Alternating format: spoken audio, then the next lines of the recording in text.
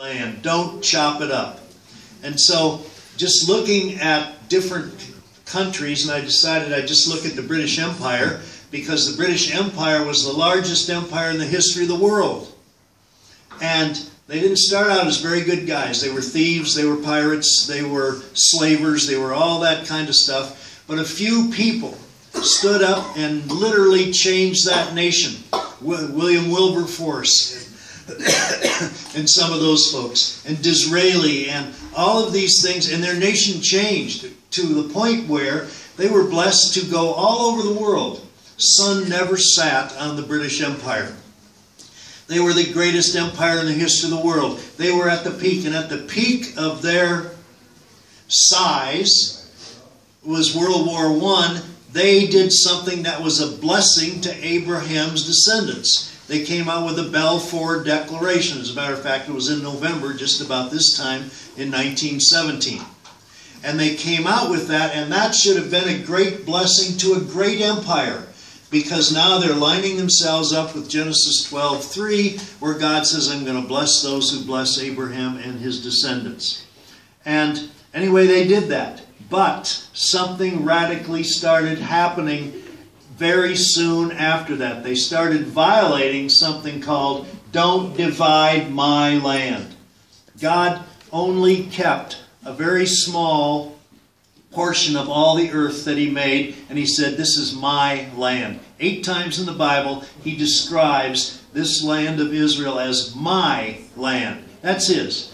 He's a great real estate developer, and he says, you guys can live wherever you want, but don't mess with my land.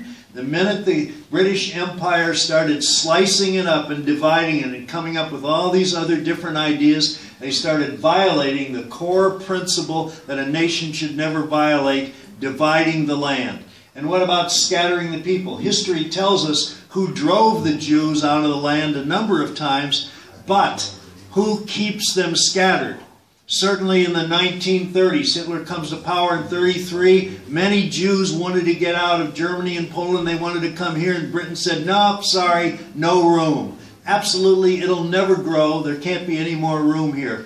And they scattered the people, and they got blood on their hands for that, for keeping them out when this was the only place of refuge for them. So they violated 2 principles. They kept the people scattered, and they divided the land over and over again. And by 1948, that great world empire went back to a little island. I think it's called England. And they have nice royal weddings and royal babies. But as far as a world power, forget it. It's over. This is what happens to empires. And when any nation, any empire goes against the Jews and goes against the land, they are cutting their throats. And that's really what this book is about. You know, if you really wrote the history of the British Empire, the rise and fall, it would be stacks, it would be volumes. But this is the best I could do at the moment. But we, and most of us are Americans here, we need to take that issue very seriously. As for nearly 70 years, we have been pushing Israel to divide the land, give away Jerusalem, now give away the West Bank, do all these kind of things. That's dividing the land. And whether we get them to do it, or if we're pushing behind it, we're going to pay the cost for that. And so these are the kind of things that Zion's Watchman is about.